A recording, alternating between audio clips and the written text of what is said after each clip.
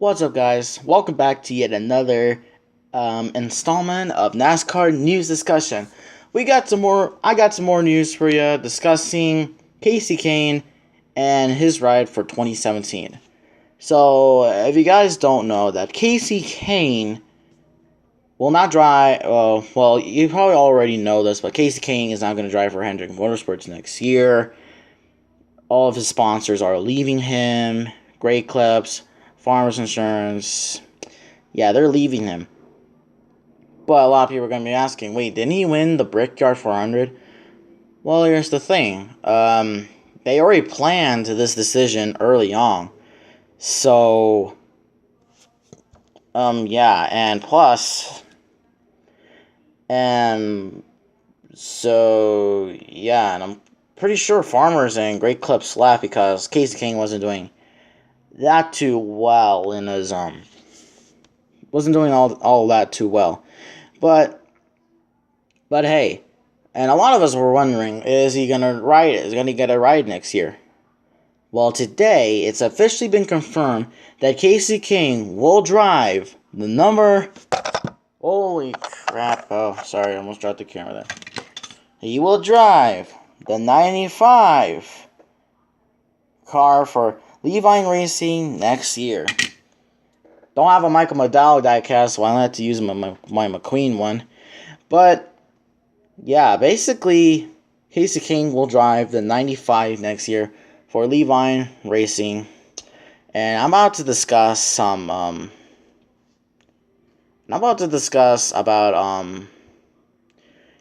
really about this decision. To be honest, I gotta admit, this is a pretty good choice. I mean, I do like this, this change really, and it's just gonna be it's really good, I'm glad that Casey Kane is gonna drive a car next year, and probably, driving full time next year, But really, that does answer the question on Michael McDowell, man. What's gonna happen to him?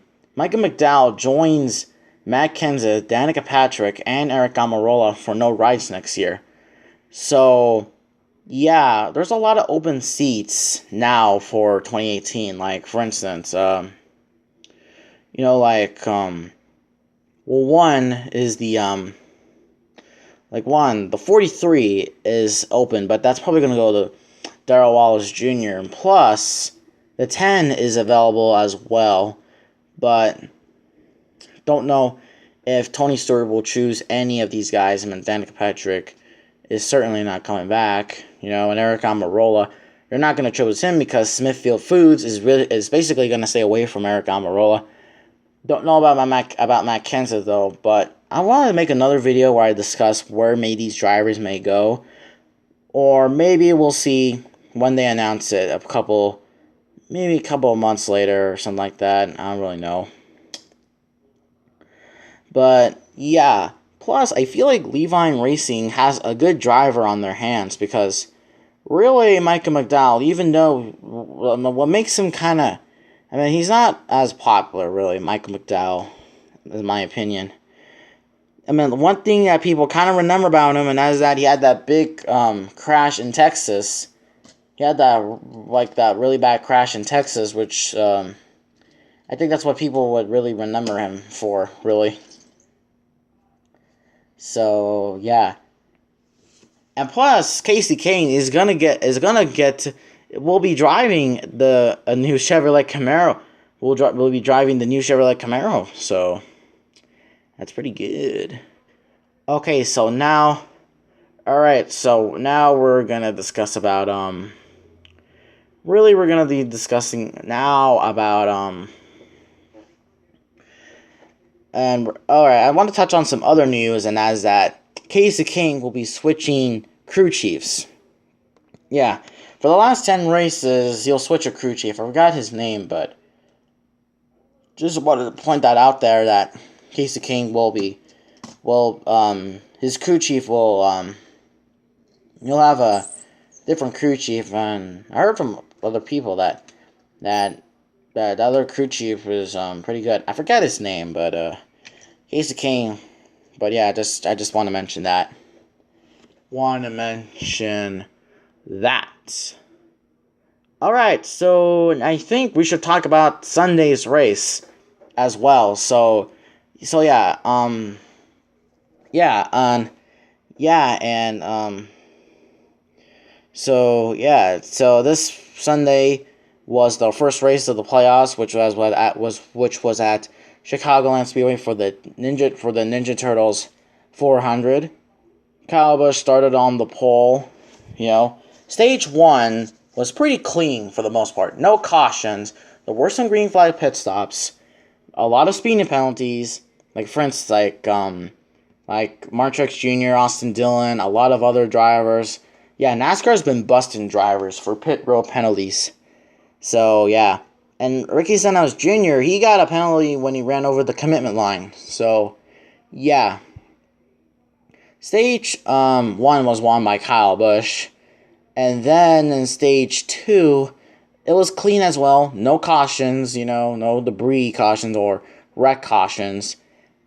But what I was extremely happy about, and don't you Kyle Busch fans be mad at me, but Kyle Busch got a penalty for Jackman over the wall too soon. Hey Kyle Busch, you want your team back? Well, you're going to have to deal with Daniel Suarez's pit crew from now on. So yeah. And obviously Kyle Busch did not win that race. He went 2 laps down. He couldn't make any more ground up because, Stage 2 was won by Chase Elliott, and I really did want Chase Elliott.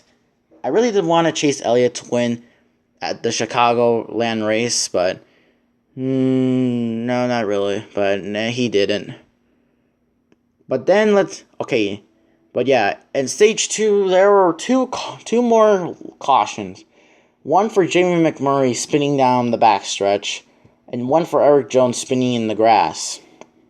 Those were only 2 cautions, and then Truex wins the race. Yeah, 5th win. 5th win of the year for Truex. He immediately advances to round 12. And Chase Elliott finishes 2nd. Kevin Harvick finishes 3rd. Yeah, and also Chase Elliott, they did a test. They inspected his car. There was a stupid lug nut violation, and the 2nd place one was unencumbered. So, I'm really tired of these stupid lug nut violation rules. Seriously. When did NASCAR start to do this? Ever since Ever since Kyle Busch tire fell at Dover? It's just been really kind of been stupid, and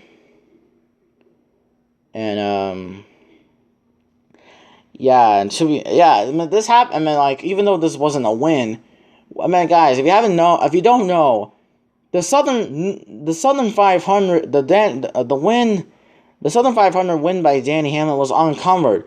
So basically, they're saying, they take points away from Danny Hamlin, and Joey Logano, they take points away from him, and that's why he's not in the freaking playoffs. Plus, Joey Logano hasn't won a race in forever.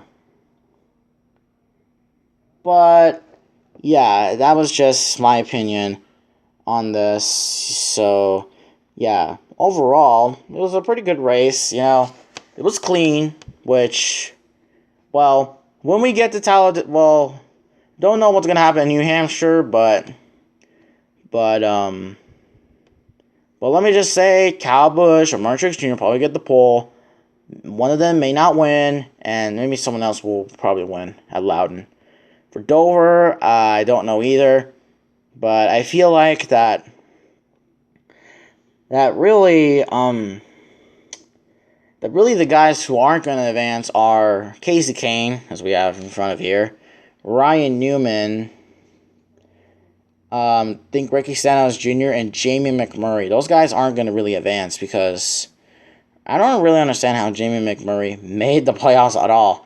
He had enough points to make it. Seriously, man. But hey, I think at New Hampshire, I'm rooting for Matt Kenseth. For Dover, no, I really kind of don't know. But we'll see when they go to Loudon, New Hampshire. So, yeah. And one funny thing is, and that is that Truex did get slimed at the end of the, Ninja Turtles 400, because obviously, you know, it's pretty fun. It was pretty funny how he did get slimed. So, yeah. Anyways, tell me what your guys' opinions on Casey Kane moving to the 95, and tell me your opinions on Sunday's race. So, and I hope you guys enjoy this episode, and I will see you in the next episode. See ya later.